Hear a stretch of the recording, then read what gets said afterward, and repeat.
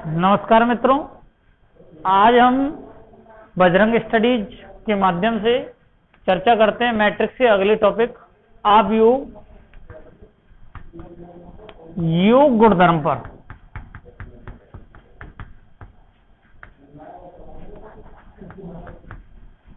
आव्यूह योग गुणधर्म पर चर्चा कर रहे हैं।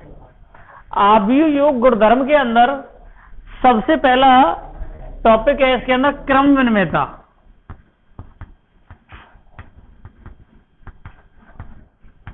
सबसे पहला टॉपिक है इसके अंदर साहब क्रम विनिमयता।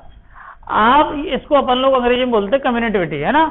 तो क्रम विनिमयता के एक वर्ड से आप समझ लीजिए क्रम विनिमयता होता क्या है। ये काफी जगह आएगा आपको, जब वेक्टर के अंदर जाओगे तो यहाँ मैट्रिक्स में अपन लोग बात कर रहे हैं, गुणा के अंदर फिर आएगा, कोई भी काफी सारी चीजें, कॉम्प्लेक्स है, कॉम्प्लेक्स के अंदर आपने पढ़ा होगा क्रम विनिमयता का मतलब यही होता है कि ऑर्डर बदलने पर, ऑर्डर बोले तो ऑर्डर का मतलब मेरा साथ साथ है। यदि मैं a प्लस बी कहूं या b प्लस ए कहूं, दोनों सेम समान आंसर, इसका आंसर और इसका आंसर इक्वल है कि नहीं है। यदि इनका आंसर इक्वल है तो ये अपने आप में जो योग संक्रिया है वो क्रम विनिमय का पालन करती है, अदरवाइज क्रम विनिमय का पालन नहीं करती है। तो अपन लोग जाने कि यहाँ पर a प्लस बी जो योग संक्रिया वो क्रम विनिमय का पालन करती है। जैसे कि आपको बता दूं, मैंने कोई भी एक ऐसा आव्यूह ले लिया ऐसे करके, और उसके अंदर मैंने कोई भी आव्यूह जोड़ा ऐसे करके, और यदि मैं इसको जोड़ा तो मेरे पास में रिजल्ट क्या प्राप्त हुआ, 2 और 1 3, 3 और 2 5, 3 और 3 6, 4 और 1 5। इसी प्रकार से ये a था, ये b था, 2 को जोड़ा, ये मेरे पास में a प्लस बी प्राप्त हुआ। कल को मैं b प्लस ए लेने लगूं, ऐसे ही कर दूं 1 2 3 4 प्लस 2 3 3 1। इस प्रकार से यदि किया जाए तो भी रिजल्ट आप लोग जोड़ के देख सकते हो, यही प्राप्त होने वाला है निश्चित रूप से।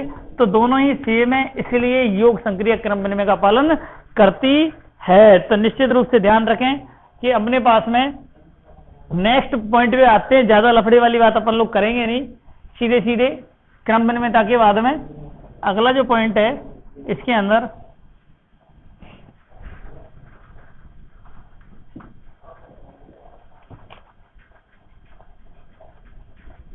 अगला पॉइंट है सहचर्य,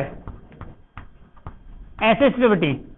सहचर्य अपने आप में क्या कहता है कि कोई भी आव्यूह a प्लस बी प्लस सी, 3 आव्यूह को जोड़ना है तो इसके 2 तरीके हो सकते हैं। एक तरीका है पहले b और c को जोड़ू उसके बाद a को जोड़ू, या फिर मेरे पास में ये हो सकता है कि पहले a और b को जोड़ू उसके बाद में c को जोड़ू। सहचर्य का मतलब ये होता है कि 3 के ऊपर संक्रिया लगाए, पहले 2 पे फिर लास्ट 3rd पे, या लास्ट 2 पे फिर फर्स्ट के ऊपर लगा दी जाए, तो दोनों ही रिजल्ट में ये दोनों कैसे प्राप्त होते हैं, समान प्राप्त होते हैं। तो इसलिए प्लस है जो सहचर्य नियम का पालन करता है। कोई भी 3 मैट्रिक्स लेकर के आप लोग पता कर सकते हो, पहले 2 को जोड़ लेना फिर 3rd को जोड़ लेना, ऐसे पहले 2 को जोड़ लेना फिर 3rd को जोड़ लेना, रिजल्ट दोनों का सेम प्राप्त होता है। नॉर्मल सी बात है सहचर्यता। उसके बाद अपन के पास में नेक्स्ट प्रॉपर्टी आती है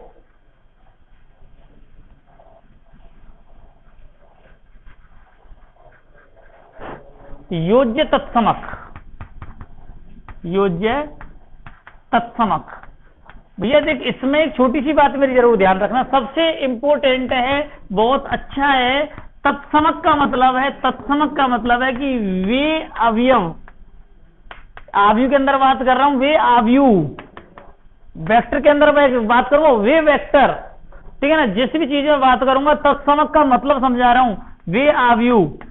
यहां अपन लोग जोड़ पे बात कर रहे थे, जोड़, वे आव्यूह जिन्हें किसी भी आव्यूह के साथ में, किसी भी आव्यूह के साथ में के साथ जोड़ा जाए, जोड़ा जाए तो उस आव्यूह पर कोई फर्क नहीं पड़ता है, कोई फर्क नहीं पड़ता है, कोई फर्क नहीं पड़ता है, नो चेंज।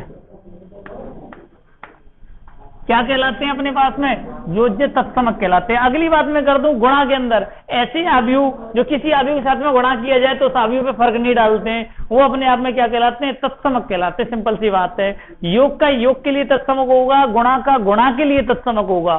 सिंपल सी बात है। संख्या में जब मैं बात करता था 5 है, बोलो इसमें क्या जोड़ू, 5 आ जाए 0, कल को मैं गुणा पे बात करूंगा, 5 है, क्या गुणा करूं वही आ जाए 1। ये क्या है, ये तत्समक है, ये योग का है और ये किसका है, गुणा का है। ऐसे यहाँ पे योज्य तत्समक, कोई भी एक आव्यूह है, आव्यूह के अंदर क्या जोड़ा जाए, 0 जोड़ा जाए, जिससे बिल्कुल सेम आव्यूह। यहाँ शून्य का मतलब कि ध्यान रखना शून्य आव्यूह से है, शून्य आव्यूह से है। शून्य आव्यूह आप लोग जानते हैं, ऑर्डर पे डिपेंड है। 2 क्रॉस 2 के लिए ये हो गया, 2 क्रॉस 3 के लिए ये हो गया। ये अपने आप में क्या है, ये अपने आप में योज्य तत्समक है। तत्समक का मतलब सिंपल सा, जो दूसरे पे इफेक्ट नहीं डालता है, दूसरे के साथ में उसको जोड़ा जाए तो फर्क नहीं डालता है। गुणा के लिए वो इकाई होगा, आइडेंटिटी होगा, वो आगे अपन गुणा में बात करेंगे। ये मेरे पास में तत्समक है। तत्समक के साथ में अपने पास में आता है प्रतिलोम। प्रतिलोम आता है। प्रतिलोम क्या है, दोनों चीजों में फर्क समझना, मैं यही निपटा रहा हूं दोनों को। तत्समक, योग का तत्समक ऐसा आव्यूह जो उसके किसी के साथ जोड़ा जाए तो उसमें फर्क ना डाले, सिंपल सी बात है। और प्रतिलोम, प्रतिलोम का मतलब क्या, प्रतिलोम का मतलब है कि ऐसा आव्यूह जो उस आव्यूह में जोड़ा जाए तत्समक मिल जाए। क्या मिल जाए साहब, तत्समक मिल जाए। या गुणा में बात करूंगा, किसी के साथ तो गुणा किया जाए तो वो गुणा का तत्समक मिले। जोड़ की बात कर रहा हूं तो उसके साथ में जोड़ा जाए तो उसका जोड़ का तत्समक मिले। तो ए में क्या जोड़ूं, रिजल्ट में क्या मिलना चाहिए, 0 मिलना चाहिए। बोले क्या जोड़ूं, क्या अपने आप में -a जोड़ दे इसके अंदर भैया। 5 में रिजल्ट में ये मिलना चाहिए, क्या करूं, -5 जोड़ दे। मैंने भी बताया था क्या मिल जाएगा।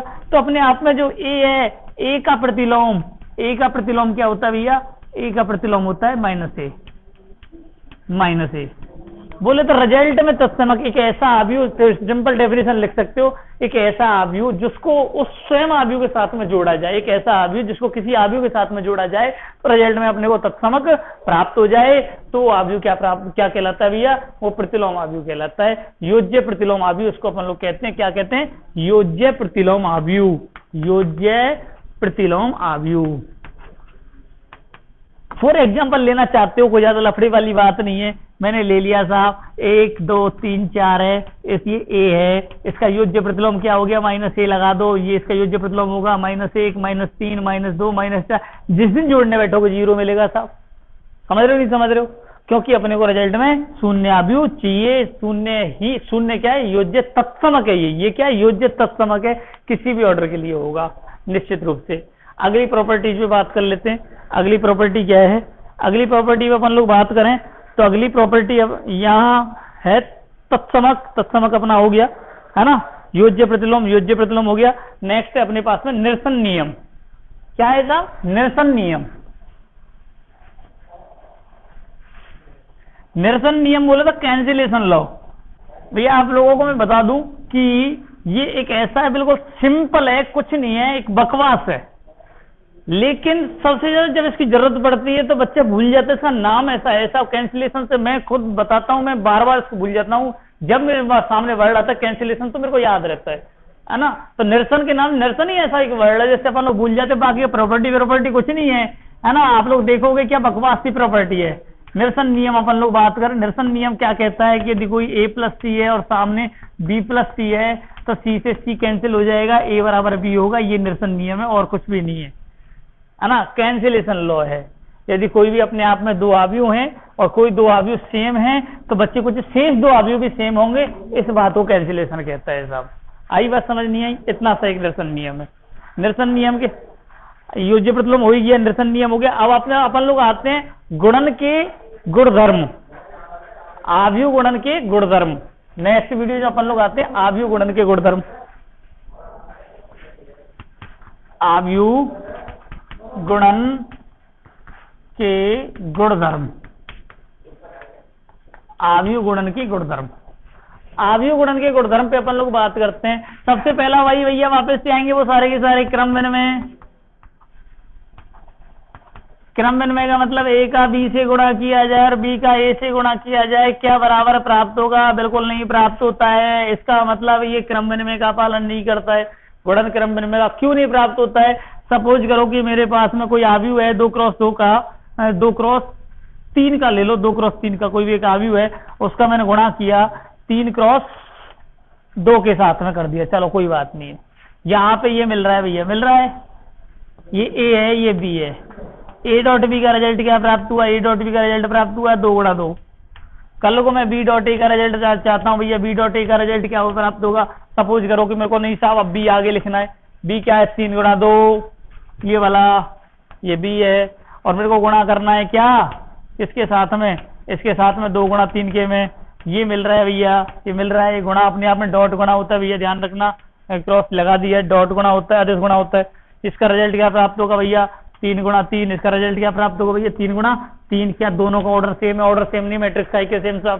पहली बात कई जगह तो ऐसी मिलेगी साहब, 1 गुणा है साहब 1 क्रॉस 3 का एक आव्यूह है, उसका डॉट कर दिया आपने 3 क्रॉस 5 से, आपके रिजल्ट में अपने आप में क्या हो गया 1 गुणा 5। कल को इनको मैं पलट ही दूं, इसका तो गुणा हो गया, कल को पलट दो 3 गुणा 5 डॉट 1 गुणा 3, ये मिल ही नहीं रहे, गुणा ही नहीं होगा नेक्स्ट कंडीशन में, बताओ बराबर का आएगा। तो इसलिए ए डॉट बी और बी डॉट ए बराबर नहीं होते हैं, इसलिए ये क्रम विनिमय नियम का पालन नहीं करता। ध्यान रखना विशेषता है, गुणन आव्यूह के अंदर क्रम विनिमय नियम का पालन नहीं करता है।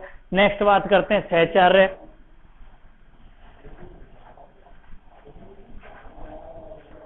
सहचार्य पे बात करते हैं भैया, एसिस्टिविटी सहचार्य। सहचार्य नियम की यदि मैं बात करूं, सहचार्य में वही 3 आगे साहब एबीसी सिंपली बीसी का गुणा करूं फिर ए का कर दूं, कोई फर्क नहीं पड़ता, ए बी का गुणा कर दूं फिर सी का, बिल्कुल इक्वल आते भैया, इक्वल आते हैं, क्रम विनिमय नियम का पालन करते हैं सब, बिल्कुल इक्वल आते हैं, क्रम विनिमय नियम का पालन करते हैं, ये ध्यान रखो, बिल्कुल विशेष है। सहचार्य होगी अपने पास में एसिस्टिविटी। इसके बाद नेक्स्ट बात वही तत्समक आ गया साहब, तत्समक वापस अभी बताया था, तत्समक गुणन तत्समक। तत्समक के लिए मैंने अभी बताया था, एक ऐसा आव्यूह उसके साथ में क्या गुणा करूं उस पर कोई फर्क नहीं पड़े, गुणा में तो भैया 5 के साथ में 1 होता है और सब 5 मिलता है, ये क्या है तत्समक है, गुणा का तत्समक यहाँ 1 है। आव्यूह में 1 कौन होता है? आव्यूह में 1 ये होता है भैया जिसको आइडेंटिटी बोलता हूँ, यूनिट वेक्टर, ये 1 I1 I2 जो मैंने आपको बताया था 1 0 0 1, इसका किसी भी आव्यूह के साथ में गुणा करो कोई फर्क नहीं पड़ता है, मैट्रिक्स का एक ही है। तो बोले थे इसका तत्समक क्या है I है, तो रिजल्ट में क्या प्राप्त हो जाए, ध्यान रखना I का गुणा किसी भी आव्यूह के साथ में किया जाए तो उस आव्यूह पे कोई फर्क नहीं पड़ता है, वो सेम ऐसा की ऐसा प्राप्त हो जाता है, इसलिए ये इसका तत्समक है, सिंपल सी बात। अब इसके बाद में गुणन प्रतिलोम की बात आएगी, गुणन प्रतिलोम इसके साथ में, गुणन प्रतिलोम। गुणन प्रतिलोम की जैसे ही अपने पास में बात आई आपके दिमाग में खटाक से आना चाहिए कि रिजल्ट में ये आए, ए के साथ में क्या गुणा करूं वो आई आ जाए, क्या गुणा करूं, जो भी गुणा करूं वो क्या होगा इसका प्रतिलोम होगा। बोले तो 5 में क्या गुणा करूं, 1/5 का गुणा करूं जिससे 1 प्राप्त, 1/5 क्या है प्रतिलोम है, क्या है प्रतिलोम है। तो ए के साथ में किसी बी का प्रोडक्ट करके आई यदि प्राप्त हो रहा है तो ए बी का बी ए का क्या है प्रतिलोम है, ये ध्यान रखना, बी ए का क्या होगा प्रतिलोम होगा। यदि कोई 2 मैट्रिक्सों का आव्यूह का गुणा करने पर आई प्राप्त हो रहा है तो निश्चित रूप से ध्यान रखना, नोट में लिख लेना, यदि 2 आव्यूह का गुणा करने पर आई प्राप्त हो रहा है तो वो दोनों आव्यूह एक दूसरे के कैसे होते हैं प्रतिलोम होता है। ए बी का प्रतिलोम बी, यहाँ ये नहीं है कि बी ए का ही है, ए भी बी का प्रतिलोम होगा निश्चित रूप से, समझ रहे हो ना। यदि किसी आव्यूह का किसी आव्यूह के साथ में गुणा करने पर यूनिट वेक्टर दे रहा है, सॉरी यूनिट वेक्टर के यूनिट मैट्रिक्स दे रहा है तो वो निश्चित रूप से क्या होगा उसका प्रतिलोम होगा। नेक्स्ट पॉइंट पे अपन लोग बात करते हैं आव्यूह अदिश गुणधर्म।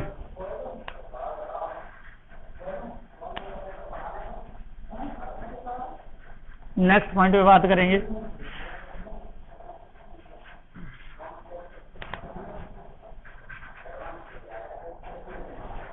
आव्यूह अदिश गुणधर्म।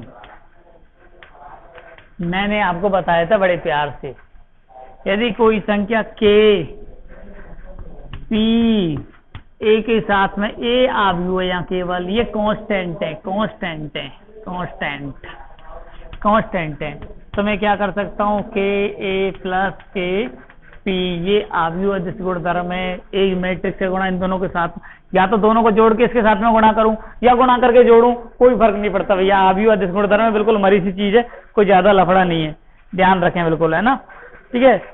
उसके बाद अपन लोग ऐसा भी कर सकता हूं, कल को के ए प्लस के पी लिखा हुआ है, ज्यादा नहीं बकवास की चीज है, के कॉमन ले लिया, ए प्लस सॉरी के ए सॉरी ये गलत है, पी ए को कॉमन ले सकता हूं मैं, ए आ भी हो यहाँ के पी, इस प्रकार से इसका जस्ट अपोजिट भी होगा निश्चित रूप से, ध्यान रखें आप लोग, है ना। यदि आप लोगों के पास में एक चीज और बता दूं, के ए बी ये आव्यूह है, ये आव्यूह है, और ये क्या है, कांस्टेंट है, तो मैं इसको ऐसे कर सकता हूं के ए डॉट बी, ऐसे भी कर सकता हूं ए डॉट के बी, कोई फर्क नहीं पड़ता, दोनों बराबर होते हैं भैया, ठीक है ना। ये मत सोचना कि कांस्टेंट का गुणा ये आव्यूह इस आव्यूह के अंदर होगा या इस आव्यूह के अंदर होगा, दोनों के अंदर किसी के अंदर कर दो कोई फर्क नहीं पड़ता, या फिर दोनों का मल्टीप्लाई करके तब के का गुणा कर दो, कोई फर्क नहीं पड़ता इस बात का, ठीक है ना। ये आव्यूह अदिश गुणधर्म है। इसके साथ में यदि किसी ए के साथ में -1 का यदि मैं गुणा कर दूं, -1 का गुणा करने का मतलब -a प्राप्त होगा, ये छोटी छोटी सी मरी मरी सी प्रॉपर्टी है, इससे ज्यादा कहीं कुछ नहीं है साहब, है ना। गुणन प्रतिलोम आव्यूह, नेक्स्ट पॉइंट पे बात करता हूं।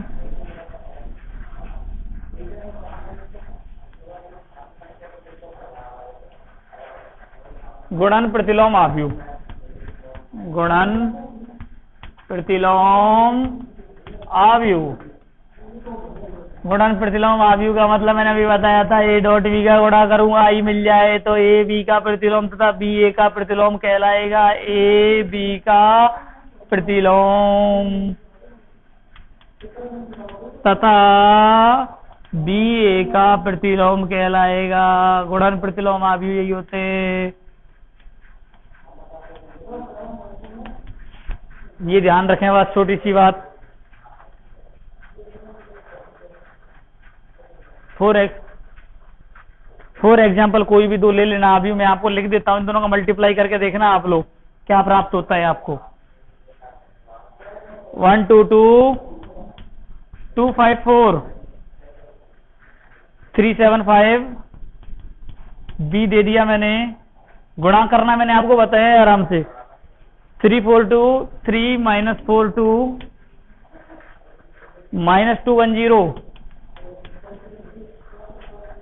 1 1 -1 1 1 -1। आपको एक जानकारी के लिए बता दूं, ये 3x3 का है, ये भी 3x3 का है, रिजल्ट में 3x3 का मिलेगा। और क्या है, यदि ये गुणन प्रतिलोम है तो रिजल्ट में इकाई आव्यूह मिलेगा, आप लोग चेक करना निकाल के ये पाएंगे, ये रिजल्ट पाओगे आप लोग, क्योंकि ये इसका प्रतिलोम है। प्रतिलोम के लिए बना हुआ एक एग्जाम्पल है, इस एग्जाम्पल का दोनों का मल्टीप्लाई करना, ए डॉट बी जो गुणा करना मैंने बताया, ये कॉलम उठा के इस रो के ऊपर, ये कॉलम उठा के ये रो, ये अगला कॉलम, फिर तीनों रो के साथ अगला कॉलम, ठीक है। ये आप लोगों को करना है, आप लोगों के लिए नहीं होता है तो मेरे को बोलें जरूर ध्यान से।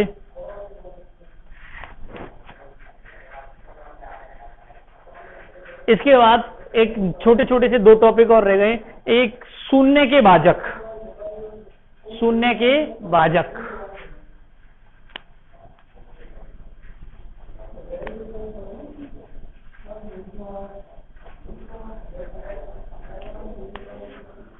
शून्य के भाजक, शून्य के भाजक का सीधा सीधा अर्थ स्पष्ट है कि कोई भी दो आव्यूह का मैं प्रोडक्ट करूं, रिजल्ट में मेरे को 0 0 0 ऐसा मिल जाए। मैंने कैजुअली 2x2 2x2 पे बात की है, रिजल्ट 2x2 प्राप्त होना है, बोले तो कोई भी ऑर्डर कहो, इससे कोई मतलब नहीं है। उन दो का प्रोडक्ट किया जाए, ए डॉट बी किया जाए और 0 अपने को प्राप्त हो जाए, वो शून्य के भाजक कहलाते हैं साहब।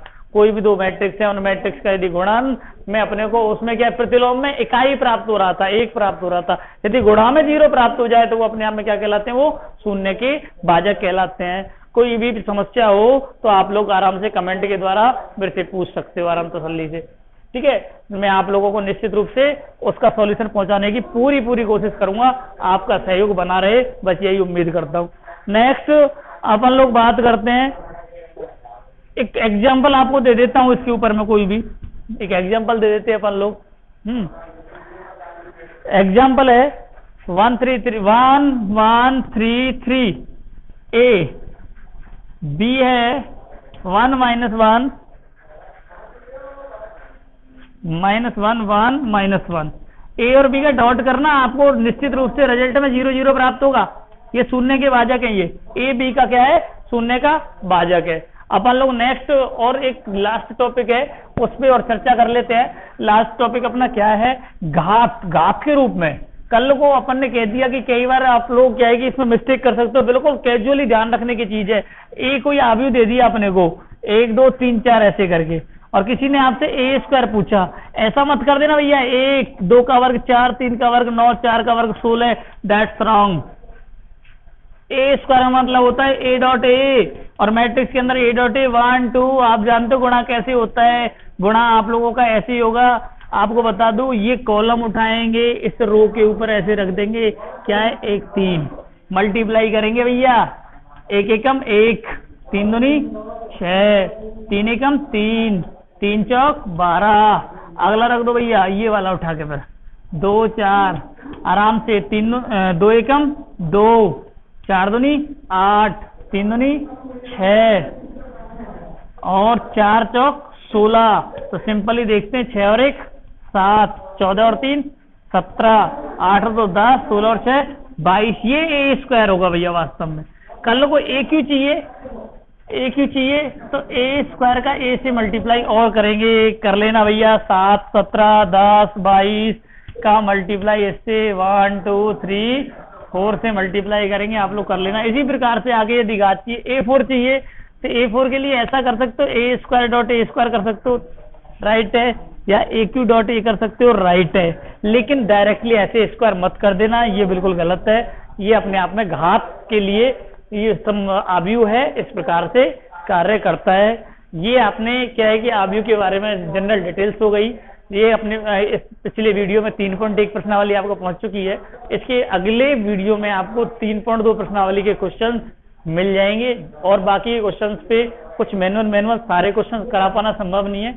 बाकी का आप लोग बैठ के करें कॉपी लेकर के, और आराम से तसल्ली से, जिसको कोई समस्या आती है कमेंट के माध्यम से पूछें। जो क्वेश्चन आप पूछेंगे उन क्वेश्चन को बिल्कुल अच्छे तरीके से सरल भाषा में आप लोगों के समझने लायक कराने की कोशिश करूंगा मैं, और आप लोगों तक पहुंचेंगे निश्चित रूप से, और आप बिल्कुल लाभान्वित होंगे, आपका प्रॉफिट होगा। आप बस साथ बने रहें। थैंक यू, धन्यवाद।